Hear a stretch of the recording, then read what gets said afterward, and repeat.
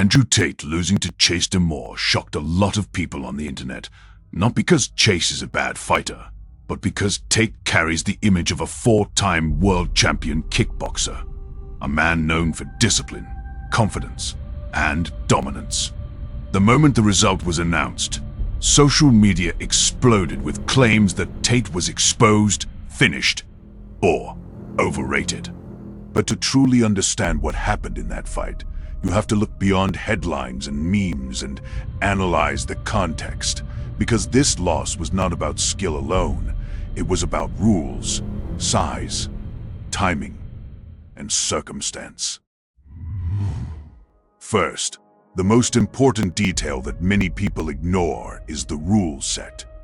This fight was not kickboxing, it was not MMA, it was straight boxing. That distinction matters more than people realize. Andrew Tate built his championship career in kickboxing, where kicks, knees, clinch control, and distance management play a huge role. In boxing, all of that is removed. When you take away kicks, you remove one of Tate's strongest weapons for controlling range. When you remove knees and clinch strikes, you eliminate his ability to punish bigger opponents up close. So from the moment the fight was signed under boxing rules, Tate was already fighting outside his natural domain. Next comes the physical mismatch. Chase DeMoor is significantly heavier and naturally bigger. In boxing, size is not just about power. It's about pressure, durability, and control. A heavier fighter can absorb shots better, lean in clinches, and force exchanges that wear the opponent down. Chase used this advantage well. He didn't try to out-technical Tate or match him punch for punch. Instead, he focused on staying active, moving forward, and making Tate work every second of every round. That constant pressure plays directly into the scoring system of boxing. This brings us to the key contrast of the fight: pressure versus precision. Andrew Tate fought with patience and accuracy. He waited for openings, landed cleaner shots, and looked sharper early on. Chase DeMoor, on the other hand, fought with volume.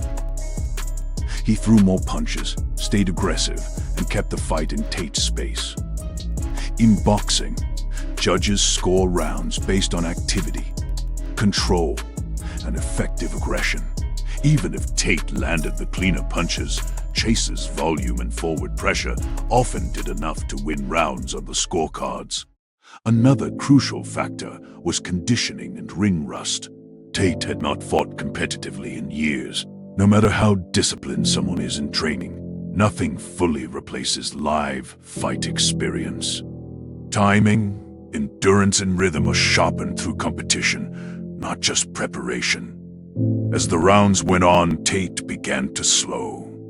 His movement became more defensive, his output dropped, and his reactions weren't as sharp as they were in the early rounds. Chase, meanwhile, maintained pressure and pace, which made the difference in the later stages of the fight. By the time the final bell rang, this fight was never about a knockout. It was about who won more rounds. The judges weren't judging legacy, championships, or online personas.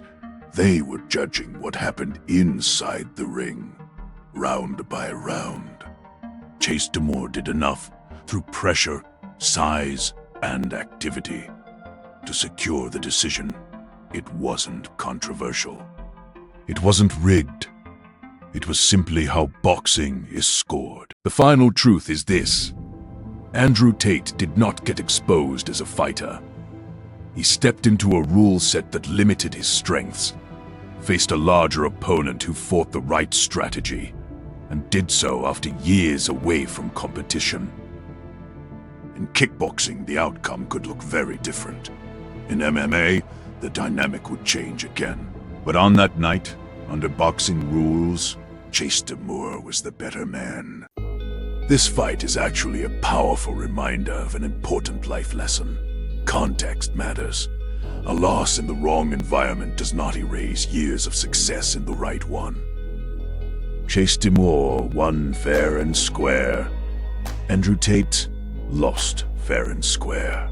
And the real takeaway isn't about humiliation. It's about understanding how rules, preparation, and circumstance shape outcomes. If you value honest analysis over hype and truth over internet noise, this is the kind of breakdown you'll keep getting here. Subscribe, stay sharp, and always look deeper than the surface.